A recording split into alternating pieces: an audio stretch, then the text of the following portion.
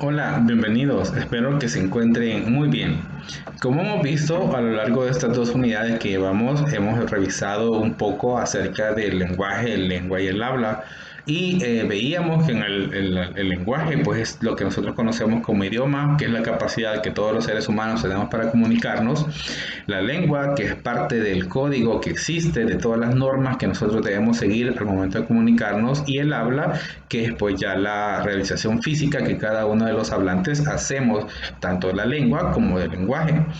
En ese caso, vamos a hablar justamente de una de las dos articulaciones que tiene el lenguaje y que tiene que ver con las unidades mínimas que posee el lenguaje, que son los sonidos que nosotros utilizamos para podernos comunicar. Sabemos que cuando nosotros nos comunicamos de forma oral, lo hacemos a través de la escucha que hacemos de los diferentes sonidos idealizados que el español tiene.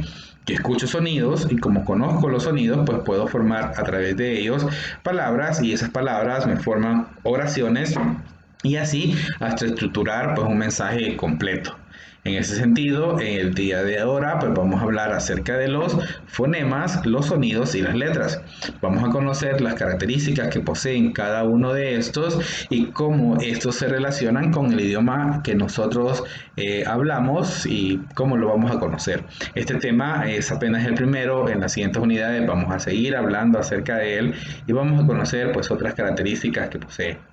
Para iniciar, sabemos que los fonemas forman parte de la segunda articulación del lenguaje y que lo conocemos como la unidad mínima fonológica, porque es parte de la fonología, en que se puede dividir una cadena hablada. Cuando nosotros nos comunicamos, cada una de las emisiones de voz que yo hago, forman una cadena que vamos escuchando y que vamos identificando. Entonces, un fonema es esa unidad mínima que forma esa cadena. Es decir, por ejemplo, si yo digo pa, ahí tenemos que esa cadena fonética, fonológica, está formada por cuatro sonidos. Hay un sonido de pa, ¿sí? Pa, y después hay una a, después hay otra pa, y hay otra A, y unida, esa cadena fonológica dice pa, en dos golpes de voz, ¿verdad? Entonces, por eso decimos que los fonemas son las unidades mínimas que posee el lenguaje como unidades fonológicas y que al unirse forman una cadena hablada y que pues, vamos a ver que cada uno de esos fonemas pues posee sus propias características. Por ejemplo, la palabra pasa y masa, si se fijan, tiene tres fonemas similares como son las terminaciones asa, pero se diferencian por el primer fonema, el fonema P y el fonema M. En el caso del fonema M, vamos a ver que tiene algunas características que lo hacen diferentes, como es el caso de ser bilabial, porque inicia con un sonido cerrado, así vean, pa, ¿sí? Pa. Es oclusivo porque es una explosión y también vamos a ver que en este caso es un sonido sordo porque no hay vibración de las cuerdas vocales. Inténtanlo y van a ver. Decimos pa, bilabial, explosivo, oclusión, sordo porque no hay vibración. Mientras que el fonema M, este fonema también va a ser bilabial, solo que en este caso es nasal y es sonoro. Veamos nuevamente. Decimos si se fijan, hacemos el sonido con los labios, ¿sí? Es sonoro porque hay una vibración y es nasal porque el sonido viene de acá. Y decimos ma, y sentimos también en la nariz alguna leve vibración. Entonces, esas características, por ejemplo, son parte de las características que poseen las unidades como unidades mínimas sin significado, pero que poseen pues sus propias características. Vamos a ver que los fonemas que vamos a conocer poseen las siguientes características. Primero, sabemos que decíamos que es una unidad mínima, puesto que ya no puede ser segmentada en menos elementos. Por ejemplo, la palabra bote está segmentada en cuatro fonemas que lo representamos justamente entre plecas. Un fonema, sabemos que es un sonido idealizado que existe y que del cual se tiene pues una idea ya mental que sirve como de referencia al sonido que hacemos. Yo digo amo y rápidamente ustedes piensan en la A, en la M y en la O. Por eso ya cuando estaban ustedes pequeñitos, pues le hacían dictados y en los dictados ustedes, lo que intentaban los maestros probar con los dictados era que tanto ustedes podían reconocer los sonidos que escuchaban. Además, vamos a ver que cada lengua o idioma tiene un número pequeño de fonemas que utiliza. En el caso del español, son 24 fonemas ideales los que se tienen, 5 de ellos son vocálicos y 19 son consonánticos. Estas son algunas características de este primer elemento que vemos como los fonemas.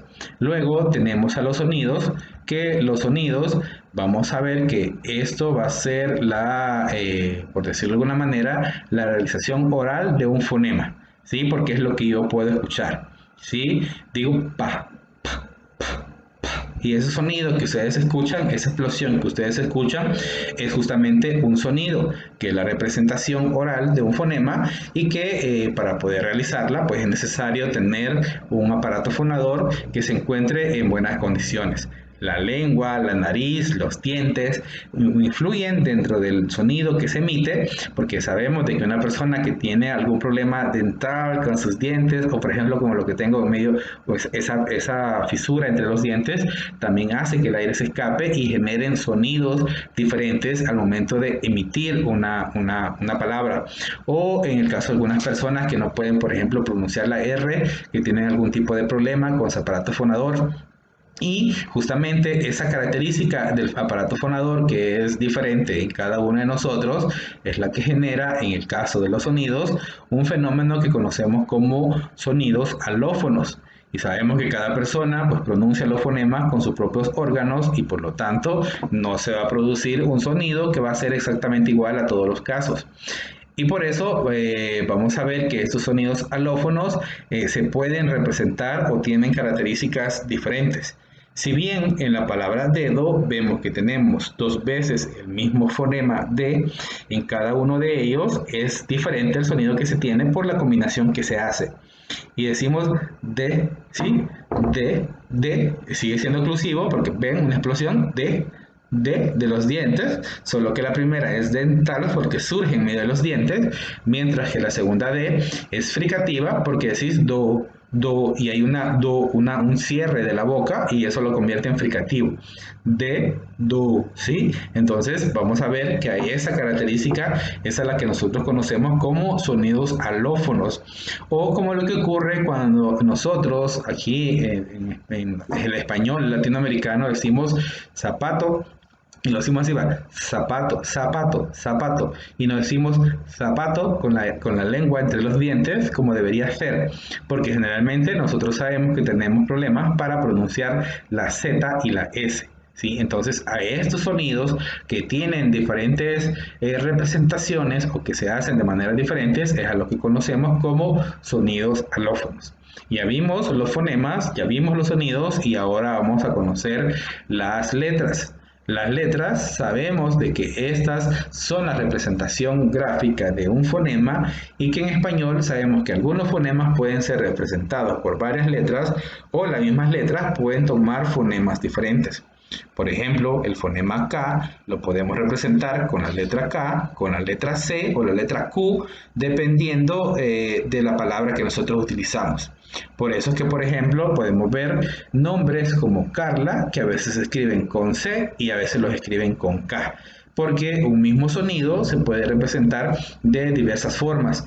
O también una letra puede tener diferentes sonidos, como es el caso de la C en cebolla, que suena como S, y en casa, que suena como K.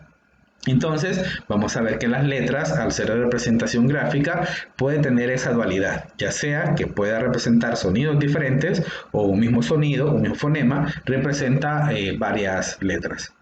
En el caso pues, de nuestro idioma ya veíamos que eran 24 sonidos idealizados los que nosotros tenemos y que tienen su representación gráfica y su representación fonética y que es lo que vemos a continuación. La letra A la representamos igual como A, la B y la V se representa igual con la B, la C como de K, Q, y la K y la Q de Ki como K. La Che lo ponemos como una C con algo arriba y que esa partecita de arriba representa el sonido que hacemos de la Che. Cuando hacemos Che, lo que ocurre es que nuestra lengua hace como un pequeño arquito y ese arquito que hace es el que representa con la C y el arquito arriba. La D es la D igual, la E igual, la F también es igual, la G con Ga, Go, Gu, U, Y se representa como G, ¿sí? La I y la Y como vocal, cuando utilizamos como vocal, como I, la J y la G de Ji como X en algunas ocasiones, la L como L, la doble L y la Y como consonante, como una Y invertida, la M como M, la NN, la ñ es una N con un palito largo, con una de las patitas largas, la O, la PP, la R se representa igual, la misma R, solo va a depender del sonido o la posición, la doble R que me indica que va a ser más largo, la R al inicio que también me indica que va a ser más fuerte.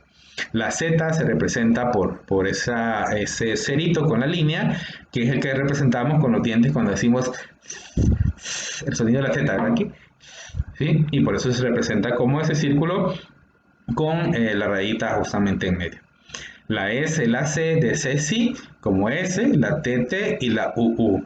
Y esas son justamente la relación de las grafías y de los fonemas que nosotros tenemos representando las 24 letras con diferentes sonidos y diferentes representaciones.